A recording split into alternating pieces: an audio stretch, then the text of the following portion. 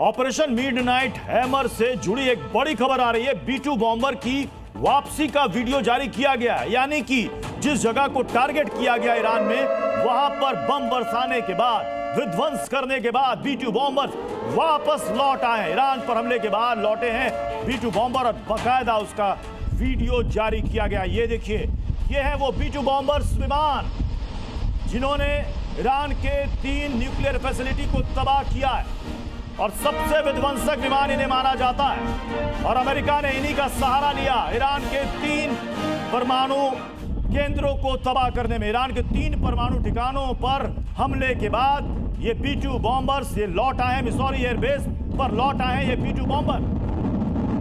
ये देखिए उनकी वापसी की तस्वीर, एक्सक्लूसिव तस्वीर आपको दिखा रहे हैं। यही है वो B2 बॉम्बर जिन्होंने ईरान के 3 न्यूक्लियर फैसिलिटीज को, खास तौर पर फोर्डो, जिसे ईरान का अभेद्य किला माना जाता था कि वहां पर कोई भी बम नुकसान नहीं पहुंचा सकता। अगर कोई नुकसान पहुंचा सकता है तो वो B2 बॉम्बर, और यही वो B2 बॉम्बर्स विमान है जिन्होंने ईरान के उन न्यूक्लियर साइट्स को तबाह किया है, जिसकी तारीफ अमेरिकी प्रेसिडेंट ने भी की है। 2 तस्वीरें हम आपको दिखा रहे हैं।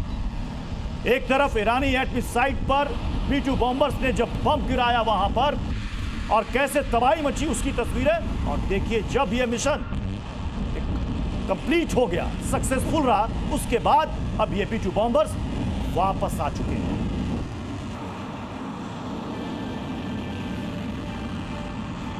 एक और बड़ी खबर आ रही है। ईरान के खिलाफ सबसे बड़ा ऑपरेशन मिडनाइट हैमर के तहत हमला हुआ था और हमले में शामिल थे 7 B2 बॉम्बर्स विमान, जिसकी तस्वीरें अभी आपने देखी। 14 बंकर बस्टर बम गिराए गए थे। 25 मिनट तक ये अमेरिकी हमला जारी रहा। लगातार 25 मिनट तक वहां पर बम बरसते रहे। 14 बंकर बस्टर बम वहां पर गिराए गए और इसमें 7 B2 बॉम्बर्स विमान शामिल थे और 25 मिनट तक उन्होंने लगातार टारगेट पर स्ट्राइक किया और 3 जगह, तीनों को बर्बाद कर दिया। चाहे वो फोर्डो हो, चाहे वो नतांज हो, चाहे वो अस्फहान हो, 3 न्यूक्लियर साइट्स पूरी तरीके से तबाह हो गए। ये देखिए 25 मिनट में ये पूरी तबाही मची और इसे अमेरिका ने नाम दिया था ऑपरेशन मिडनाइट हैमर। और अब ये देखिए, उस ऑपरेशन को पूरा करने के बाद, सक्सेसफुली अंजाम देने के बाद, अब वो B2 बॉम्बर्स वापस लौट चुका है और इसे एक ऐतिहासिक कदम अमेरिका ने बताया। अमेरिकी सेना की और पायलटों की खास तौर पर तारीफ की गई है अमेरिकी प्रेसिडेंट की तरफ से। हालांकि ईरान का कहना है कि ये जो कुछ भी किया गया, इसका अंजाम अमेरिका को भी भुगतना पड़ेगा। अब ये 4 तस्वीरें हम आपको दिखा रहे हैं। 7 B2 बॉम्बर्स का इस्तेमाल किया गया था इस हमले के लिए। 14 बंकर बस्टर बम वहां पर गिराए गए। 3 न्यूक्लियर साइट्स, 3 ठिकाने ईरान के तबाह हो गए और 1, 2 या 10 मिनट नहीं, लगभग 25 मिनट तक ये हमले वहां पर जारी रहे। और उन हमलों के बाद जो तबाही हुई, वो तस्वीर जी न्यूज ने आप तक पहुंचाई। ईरान पर ट्रंप का बहुत बड़ा बयान सामने आ गया है। सत्ता परिवर्तन पर अमेरिकी प्रेसिडेंट ने बयान दिया। मौजूदा सरकार अगर नहीं सुधरी तो बदलाव संभव है। ये बहुत बड़ी बात अमेरिकी प्रेसिडेंट की तरफ से कह दी गई है। मौजूदा सरकार अगर नहीं सुधरी तो बदलाव होगा। ईरान की सत्ता क्यों ना बदले, ये ट्रंप कह रहे हैं।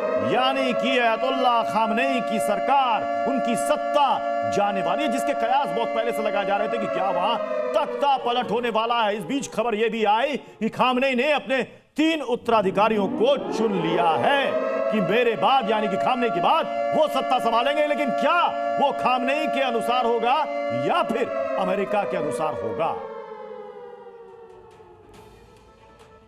हमारे साथ 3 खास मेहमान इस वक्त जुड़ चुके हैं। हमारे साथ हैं retired major general A.K. Srivastava sir हैं, स्टूडियो में मेरे साथ मौजूद हैं retired colonel Mayank Chaubey sir, और हमारे साथ हैं retired group captain U.K. Devnath sir. सबसे पहले मैं A.K. श्रीवास्तव सर आपके पास आ रहा हूं।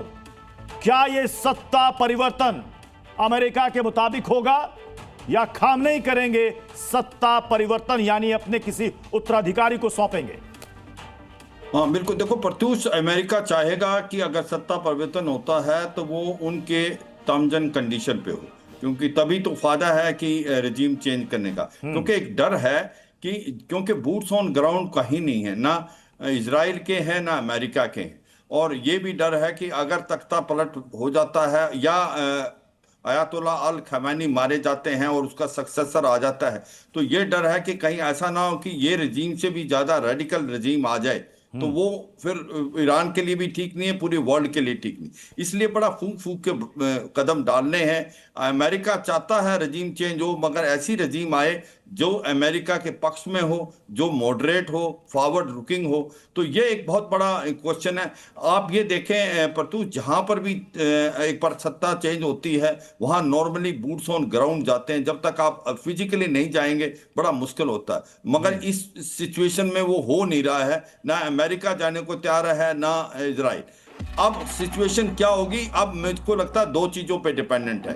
वो डिपेंडेंट है कि अभी ईरान का क्या रिस्पॉन्ड होगा, कि ईरान का जो आज सुप्रीम नेशनल सिक्योरिटी काउंसिल की भी मीटिंग हो रही है कि उस पर डिसाइड होगा कि स्टेट ऑफ हार्मुज को बंद किया जाए या नहीं किया जाए, क्योंकि पार्लियामेंट ने परमिशन दे दी है सुप्रीम लीडर अयातुल्ला अल खमानी को, वो अपने सोच विचार से एक्शन लेकर सकते हैं।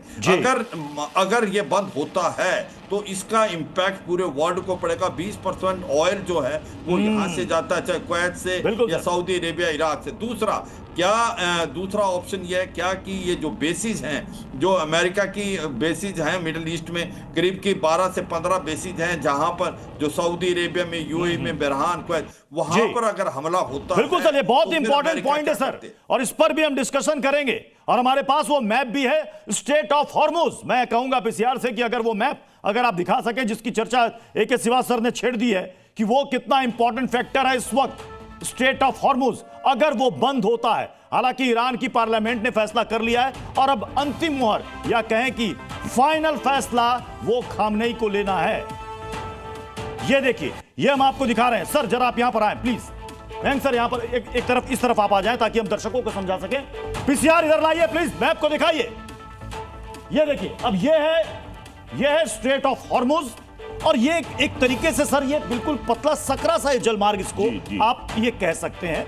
मतलब फारस की खाड़ी और अरब सागर को जोड़ने वाला ये रास्ता, और लगभग पूरे विश्व में जो कच्चा तेल, जो ईंधन जाता है, उसका लगभग 20% इसी मार्ग से होकर जाता है।